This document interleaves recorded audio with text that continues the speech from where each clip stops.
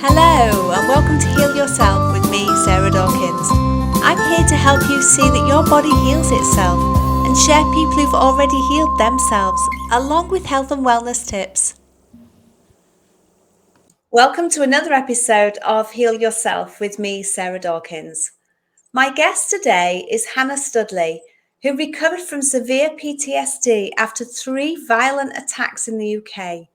She spent the next 25 years combining a career in Hollywood with coaching and people with trauma, addictions, and relationship problems.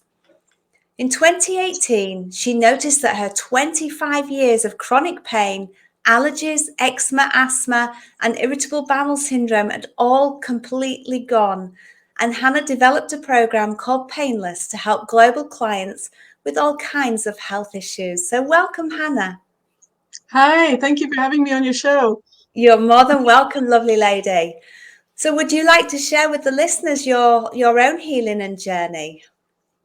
Yeah, thank you very much. So, like you said in the intro, I had these very violent experiences in my early 20s. I was at university in the UK in Manchester. The first one, I was attacked in a nightclub and my skull was fractured. The second one, I was walking home near where I'd been living for a few years. I just moved house. I was going back to pick up some stuff, and 3 men came out of the dark, slammed me on the ground, beat the living daylights out of me. I thought I was going to die. And out of that one, I got 3 herniated discs in my lower back. And then a year after that, when I moved down to London, where I started working in the theatre, and I was riding my bike home from the theatre one night, and at the corner of my eye, I saw this young 16-year-old boy. And the next thing I knew, he threw a bicycle at my head, and I took the impact in my neck and shoulders, and he actually broke my neck, although I didn't know it for another couple of years. Thank God not the spinal cord, which was bruised, I believe, but the bones in my neck, the vertebrae were all fractured. So I had this chronic pain for the next 25 years. And whenever I would tell an osteopath or a chiropractor, a doctor about what had happened to me, they go, well, yeah, of course, well, that's why you're in pain. That's why your back keeps seizing up. That's why your shoulders are so tight. That's why you have sciatica. And because I'm not medically trained, I just believed them, right? And then about 8 years ago, when all my pain went away, and when I say pain, that included the IBS I'd had on and off for years, the allergies I'd had as a child. I'd had all those injections in my school bag was like a pharmacy when I was in high school. Eczema, asthma, you name it, I'd had it. It all disappeared. And I got curious and I started reading the books of Dr. Sarno. So I don't know if you're familiar with Dr. Sarno. Yeah. So now I love his medical explanations. And it made so much sense because the first thing I learned was all injuries heal. So I got curious, if my injuries had healed, how come I was still having so much pain and other physical issues, decades afterwards? So that kind of started my journey with understanding the mind-body connection. And I actually part company with Sarno in terms of understanding why. I love his medical training because that means I don't have to go to medical school. But as far as understanding it and what to do about it, that's what my journey has been about over the last 8 years, understanding how the mind works and how pain is actually created and how it's part of our experience. So that's what I share with my clients now. Yeah. Mm-hmm. Fabulous. So what kind of things did you actually do, or what kind of mindset did you need to change to heal that pain? What's the process for somebody going through pain now to understand, to help them? Yeah. So during that 25 years, I did, all the things we all do. Chiropractors. I love chiropractors. I loved being crunched back into place. I was never into acupuncture. The thought of putting needles in me was like, give me the heebie-jeebies.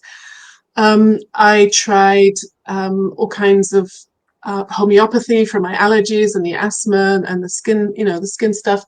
The IBS, I tried, the roughage and changing my diet. I did a lot of meditation. I did a lot of expressive writing. And all these things I found would often give a temporary relief. I often would get some temporary relief, but then it would come back. So what changed for me 8 years ago was not, I wasn't trying to fix my health because I didn't know the pain could go away. I thought that my back, because because of injuries, it would be that way for the rest of my life. I thought the allergies were, I'm allergic to pollen, I'm allergic to house dust, so you can't make that go away, so you just have to learn how to live with it. All of it, I thought I was learning how to cope was the best I would ever do. So what actually happened was I came across a new paradigm in psychology. It's called the 3 principles, which I'm happy to dive into with you. And as I started to learn about this, I started having shifts in my perception. I had insights in understanding how the mind works. And then my pain went away. So I didn't actually work on making the pain go away. I started realizing that my body was actually screaming at me all those years, trying to get me to slow down. So as I started to understand how the mind works and my mind started to slow down, my body didn't need to be in pain anymore. Like, pain is a fascinating thing. It's the ultimate special effect, you know? So once I came back to the moment and I saw that there was actually nothing wrong with me, I wasn't broken, I didn't need fixing, then my body calmed down, my nervous system calmed down, and the pain went away. It's amazing. Absolutely. And it's been proven time and time again, hasn't it? The mind-body link. So yes, I'd be intrigued to learn your 3 principles and share with the listeners so that it can help them. Yeah, so I don't want to take credit for it because it wasn't I didn't come up with it. I learned it from some wonderful teachers. It originated from a man called Sydney Banks, who was actually Scottish, and he ended up in Vancouver in the 1960s and 70s. And, back in the 70s, everybody was like searching for meaning and, bashing pillows and going to self-realization things. And, at the time, especially in Canada, people were fleeing across the American border to get away from the Vietnam draft. So everybody was dropping in, dropping out, doing all that stuff. And the story goes that Sid was dragged to some kind of self-realization weekend by his wife, and he hated it. And so he wandered outside. And he bumped into this other husband who had been dragged by his wife, and they're both hating it. And Sid started talking about how he'd spent his whole life feeling insecure. And this stranger said to him, "You're not insecure. You just think you are." And Sid's mind went boom, he saw through all the stories he'd been carrying around his whole life. I'm insecure. I had a terrible childhood. All these terrible things have happened to me. And he saw the heaviness of the story he was carrying around. And when he saw that was just a story made of thinking, and that thinking is always moving, it left. And all his insecurities and all that horrible feelings just melted away. And everybody I explain this to now, the same thing happens. And I think that's what happened for me. My heavy, heavy story is about my body is weak, it's broken, my spine's going to crumble at any minute. All of that kind of melted away when I realized I'm not my thinking. I'm not those stories. And if I don't listen to it, I'm not going to suffer from it. I don't have to be a victim of it. And so this was kind of one of my first big insights, was that just because I had a thought doesn't mean I have to listen to it, doesn't mean it's true, certainly not reliable, right? And as thought is a spiritual energy and it's always moving, it's constantly moving through our minds, then I don't have to reframe it, write about it, meditate on it. I don't have to do anything, because think of it like trains in a station. If the train has left the station, then trying to do something about it is like dragging the train back into the station to work out how to make it leave. Well, it already left, right? So once I started seeing this, that it was just spiritual energy, then there wasn't any work to do. I didn't have to fix my thinking. I didn't have to fix myself. And so, like I said, my body started to heal. The pain naturally fell away. I had weird things, like I remember having tooth pain that 3 dentists couldn't find out what the problem was. That went away. I almost lost the eyesight in my eye one time because of inflammation. That went away. All these things just dropped away because I started understanding that they were just signals. They were just signals trying to get my attention, to get me to slow down. Yeah. And our subconscious mind has a way of throwing out these signals and manifesting different symptoms in our body to help us to see what's going on in our mind and make it conscious, because so much of our life is spent in our subconscious mind that we're not actually conscious of the signals and the meaning underneath them that our body's trying to talk to us.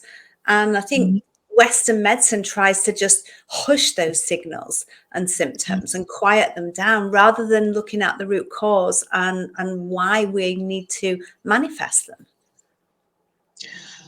Yeah, and I would take it a little bit further. In fact, I'm going to say something probably a little bit controversial now and say I don't actually believe in the subconscious. Okay. Now, I absolutely believe there's an unconscious. So I'm going to be a little pernickety about the words for a moment. Of course, we have a subconscious, and my favorite analogy for that is like an iceberg. You know, like you see this, you know, the ice above the water, and there's beautiful pictures where there's so much ice under the water. For sure, we have an unconscious, but I see it more as like a storeroom.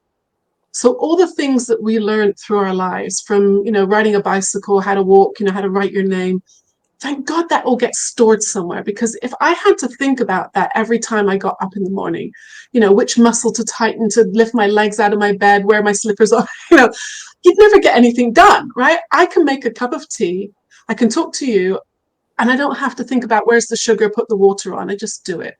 We have so much stuff programmed into our unconscious mind, and it's a blessing, it's wisdom, absolutely. But the term subconscious, I actually wrote a book about this, the Freudian understanding of subconscious. Freud's understanding, he kind of, I don't know if he really invented that word, but he kind of really marketed it. If you want to learn anything about marketing, study Freud, because we're still talking about him.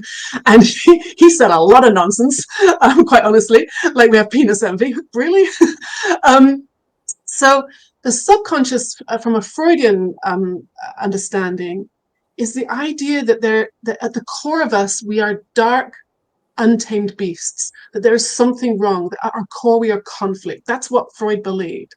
And he believed the subconscious was this dark other land that you have to investigate, you have to analyze, and if you don't, it's going to get you, right? So personally, I can't subscribe to a belief system that says that part of me is dark and untamed and conflict. And the simplest way I understand that is if you've ever listened to someone talking about near-death experiences, for example. I don't know if you're familiar with Anita Moorjani, Yes. right? So her book's beautiful, how she describes, you know, that near-death experience she had where she was free of her body. Her body, she was dying of cancer, for those of you who don't know. She actually died in sort of technical terms. She was in a coma.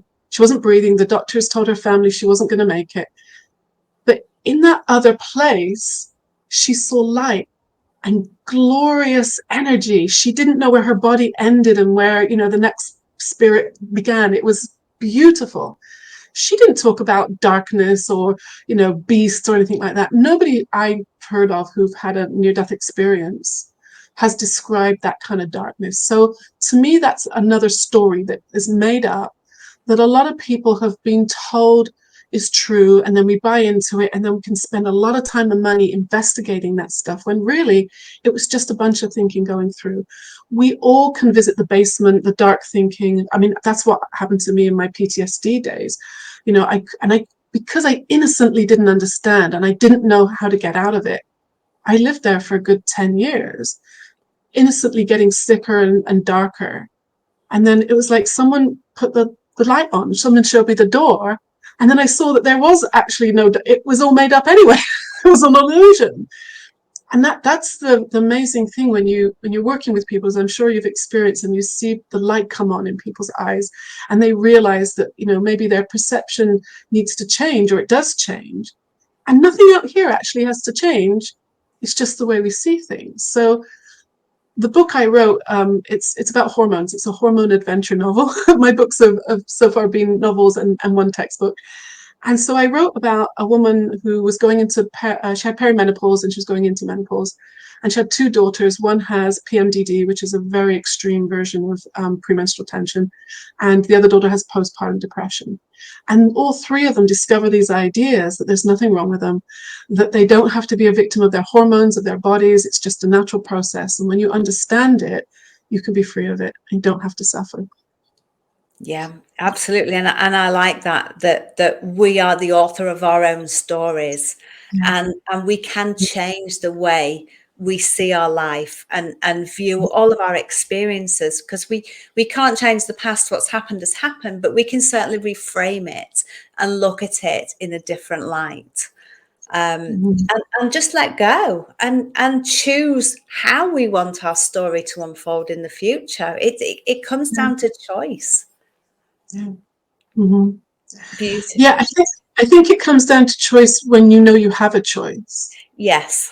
Yes. right? And I think that's the work that we do, is show people that they have a choice. Before, I didn't know I had a choice. I used to think happy people were stupid. Happy people, they don't understand what's going on in the world. They don't understand what pain I'm in, because I was kind of locked in, I was trapped in this level of consciousness that was very, very dark. And I thought that was my only option, Yeah. because I had police reports and x-rays to prove the world is a scary place, Yeah. right? And me too. And I suffered depression with suicidal thoughts. I didn't know to go and see a coach, didn't even know that they were out there, that was even a possibility. The doctor only wanted to give me pharmaceuticals. And if somebody had said, you have a choice to keep Yeah. holding on to this story you're telling yourself, Mhm. or to step Mhm. outside and create the life you want, wow, how much less suffering would I have had, would you have had? Yeah. And it sounds so simple. In fact, it sounds too simple to say, yes, I'm not going to be depressed. I'm going to be happy and go lucky like I always used to be. But it really is that reframing, that thinking about making everything conscious, and living consciously rather than Mhm. from the subconscious, unconscious. I think people use those Mhm. terms interchangeably. Sure, sure. um, Without thinking about darkness. They use it just like things I don't really know that's in my mind that my mind's throwing out. Right. But absolutely choice. And that's what it comes down to, that we do have a choice. And so many people like myself and yourself didn't even realize that at the time when we were suffering. And I Yeah. think to compound it, when we're in that darker place and suffering, our frontal lobe, our thinking conscious mind is a bit shut down, which Mhm. makes thinking and making things conscious like wading through treacle. It Mhm. can be done, but it takes a lot longer to get Yeah. through that conscious mind and try and work out what it is that we want. Yeah. Yeah. And I love that you use the word awareness, because I think awareness is so important. And one of the analogies, I like to talk in analogies, because we're talking about spiritual principles, and so analogies are very useful when you're describing these things to people. But I like to think of awareness as like a lift or an elevator going up and down, because awareness goes up and down. So when, after I left the film business, I was wondering, I still got to pay the rent. What am I going to do? I worked in a department store in Beverly Hills, in the display department. So I'd go all over the shop doing these beautiful decorations with flowers and expensive designers wear and everything. And so I got to see how there's a lot of psychology in shopping. Okay? And so awareness is like the elevator going up and down in a department store. So most department stores, when you go in ground level, and it's cosmetics and ladies' shoes. So it smells nice, it's bright, it's inviting. If it's Harrods, there's a guy playing the piano. It's very beautiful. And then if you go down, the lower floor is usually housewares. Now, if it's, like the Co-op or some, very regular high street store, it might be, I don't know, power tools and carpet tiles. If it's a posh department store, like where I was working, there were French linens and German knives. But there's more products, it's packed in. See how my shoulders got tight? The analogy is that as you go down in awareness, we get tighter, we get more constricted, we get less options, and it's getting more and more tight. And then if you go down again, you come to the basement. And in the basement, it's dark, it's dirty, there's rubbish, there's broken man, there's a mouse, there's the grumpy delivery guy who's always complaining, right?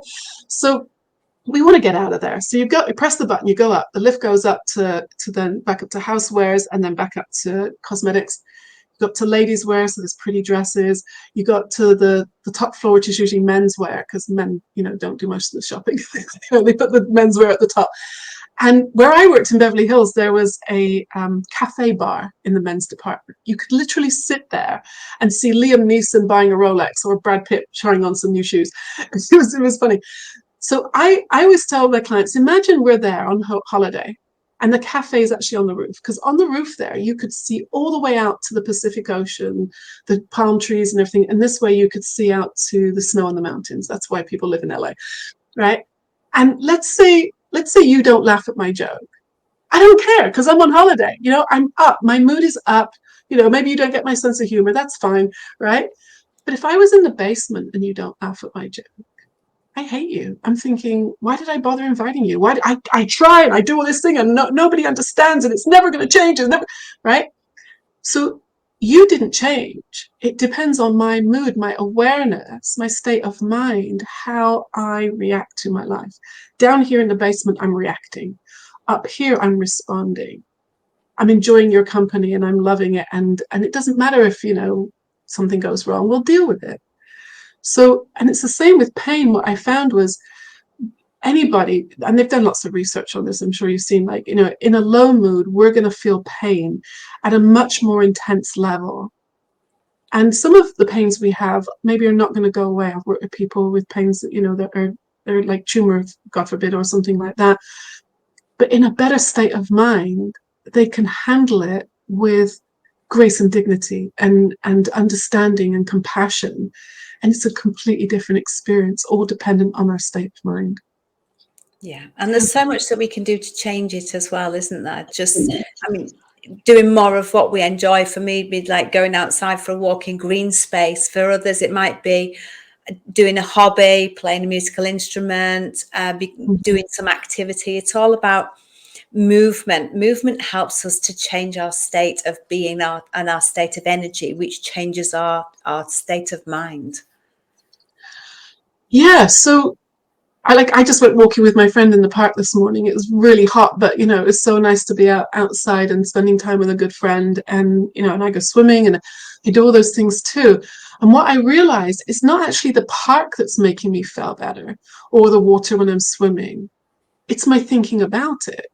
Because we all know people can go to the park and be absolutely miserable. Yeah. I used to be terrified of the water. I had some bad experiences when I was a kid. So can't be out of my depth or else, I'm frightened I was going to drown. But it wasn't the water that's creating the experience. It's my thinking about it. And that's the awareness. And in that better state of mind, we're more likely to enjoy those things. We're more likely to want to go out and exercise, to move and be with our families and our friends and participate in life. Because when I was in a low state of mind, it didn't matter if you'd come to me and said, Hannah, let's go for a walk in the park, let's go to a painting class. I'm like, no, I'm not going anywhere, because I knew the world was a scary place. But that was a thought created belief system story that I'd made up, and I was living in the feeling of that made up story, not the truth of what is out there available when we get out of our stinky thinking. Absolutely. And I was exactly the same. Just didn't want to leave the house, although I had to, because we had dogs. So I had to walk the dogs. But outside of walking the dogs, I stayed home and just wallowed in self-pity and woe is me, in that victim mode. But I think as well, part of us has to be in that victim mode, to feel it so that we can heal it. But we have to see ourselves in that mode, because a lot of us, if you'd have told me at that time I was being a victim, I would have been so defensive. I'm like, no, well, yes, I am a victim, but look what's happened to me. It's so unfair. Right. But looking back on it, I see that eventually I saw that I was in that victim mode and chose to step out of it. But that was as I started to feel better about myself and could think more clearly. And again, it comes back to that awareness of what we're doing to ourselves. Yeah, you're right, because I mentioned Sydney Banks earlier. He's written several books, and one of my favorite quotes is when he said, to go back into the past from a low mood is psychological suicide, which sounds very dramatic. But, if I were to tell you my story from, a miserable low mood, I'd be crying, you're crying, it's a disaster. Your listeners would be like, oh my gosh, right? But in a better state of mind, with a better state of awareness, I can tell you in graphic detail what happened to me. Like, we're not in denial here. We're not saying it didn't happen. But from a different perspective, it changes everything. And then, like you said, I don't have to be a victim of the past. I'm not trying to change it even. It happened, right? But right here, right now, I'm okay. In this moment, I'm totally fine. I'm in this moment where I have everything I need, all the courage, all the resilience, all the wisdom to handle this situation. Now, often people will say to me then, yeah, but I can't stop thinking about the past, or I can't stop thinking about the future, you know, like where you and I were. And I'd say, well, those thoughts are still happening in the moment. The content of the thought might be about the past, about the terrible thing that happened, or worrying about the future.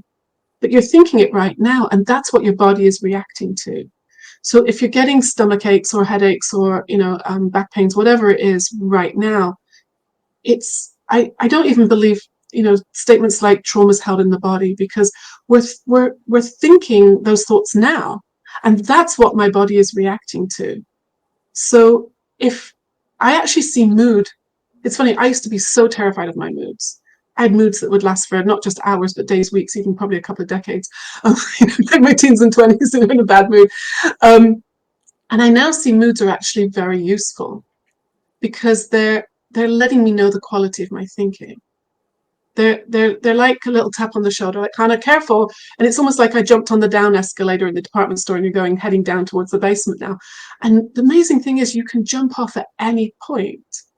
The moment I catch myself, you know, I'm making lists of what's wrong, or I'm focusing too much on the pain, or what's wrong with my body. As soon as I become aware of that, you can pop out of it and come back to the moment where we're all okay. It is, and being mindful was one of the big things that I realized looking back on my healing. I realized I was being mindful, but at the time I didn't have the awareness that that's what I was doing. And bringing ourselves back to that moment in mindfulness is so healing, because, as Eckhart Tolle says, there is only this now moment, and in 5 minutes time it will become another now moment, and the past were all moments of now in time, and that's all we ever have. We're never guaranteed anything more than this now moment. So why do we choose to keep jumping into the future and worrying, or jumping into the past and worrying? Let's bring ourselves back into this moment in time and accept what is here and now, and where we are and what we're doing, and just feel right into that moment. Yeah, and that's where I started seeing why it is we can't ever be broken. Now, for sure, bodies can get broken. I've had a lot of broken bones and infections and all kinds of things. And that's what happens to human bodies over you know, a period of time. But by learning about this thing about being in the moment is like it's not a geographical place, right? It's more like a spiritual experience. And spiritual experience is not a thing. Right? It's not tangible like a thing. You can't put it in a box, right? So like if I drop my glass of water, you know, it would break. I can't break now. You can't break, you know, the moment. And so I started seeing that that's who we really are. And that's where I can say with absolute confidence that you can never be broken, because we are that spiritual formless energy before it becomes thought, before it becomes, you know, those stories, those heavy stories that we carried around. That's why I often say, you know, we're always feeling our thinking. So if my thinking is heavy, it's in the past, it's in the future, like you said, then that's how I'm going to feel. But if I'm in the moment and where it's formless and that spiritual energy, that's what I mean by I can't be broken, because you can't break consciousness, and consciousness can't get sick, right? So even when I've worked with people with like terminal cancer, their consciousness isn't sick. The essential them cannot be broken. And that's such a message of hope and healing that everybody has. It's innate. It's not just people who get to meditate or get time to, you know, spiritually heal. Everybody has it. And that's such a beautiful thing to share with people. Isn't it just? And thank you. And could I just ask you, I know you've shared so much wonderful advice. Is there anything that you could share that would help somebody in their situation now? something they could do, start doing today that's relatively easy? Yeah. I was given a piece of advice a very long time ago, maybe 30, 40 years ago now, by a woman. We were sitting in the community centre in Battersea in South London. I still remember it because we were sitting on these horrible plastic orange chairs. And she said to me, if you find your mind going off into outer space, back into the painful past or back, out into the future, she said, look down at your feet. She said, try and get your thinking where your feet are. That will help you come to the moment. So if we were sitting in this community center, so that's where my thinking needs to be, talking with her. If you're driving, for all our sakes, have your thinking where your feet are, right? If you're in the kitchen preparing dinner for the kids or like walking on the beach, have your thinking where your feet are. It's a really easy, just little thing to do. Like you find yourself wearing, that awareness kicks in. My feet are on the beach. My feet are in my bedroom. That's where my thinking should be. That it's just a little cheap way to get you back to the moment. So that's sometimes what I say to my clients, and slowing down your breathing. If you're starting to panic and you're starting to get anxious, I trained as a trauma counselor, so we learned how to. You always want the out breath to be longer, because that sends a message to the brain that you're safe. Being in the moment, where your feet are, you are safe. That's what I would say. Thank you. I love that. And where your feet are, it's grounding. You are grounded with your feet Literally. on the floor. So such a beautiful piece of advice. Thank you. And where can people find you, Hannah? Yeah, thank you. So you can find me on Facebook. I have a personal page, and I have a group, has about 3,000 people in it. It's called Stress, Wellbeing, and the Three Principles. You're welcome to join that. I have 2 websites now. I have my website that's my name, which is Hannah. It's spelled Chana Studley. I'm sure you should see it in the show notes. HannahStudley.com, where you'll see about all my different programs and my books. And I just published a new book. It was an Amazon #1 bestseller on the hot new releases list. Yay! So that one's the more of a textbook, and I've made a website to go with that. It's called beyonddiagnosis.com, and there's a hyphen between the 2 words, Beyond Diagnosis. And my 4 books are all on Amazon. So you can just put in my name, Hannah Studley, and you'll come up with the 4 books. There's 3 novels which have characters who do the suffering and the falling down and the searching and the getting well and the happy ending. And then say the textbook, which has over 40 stories of how people have recovered from mental health diagnosis, things that you would like psychosis and ADHD and autism and bulimia, anorexia, you name it. I've got stories of people who've recovered because they saw their own innate well-being. They saw that they didn't have to be victims of the labels and what they've been told. And it really, even though it's a textbook, it really is a book of hope and healing as well. Beautiful. Thank you so much. Thank you for all your wisdom shared with my viewers. No, you're very welcome. Thank you. Thank you for listening. Please share this podcast with anyone who you think will benefit. And can you leave me a review wherever you've listened to it to help me reach more people? Thank you.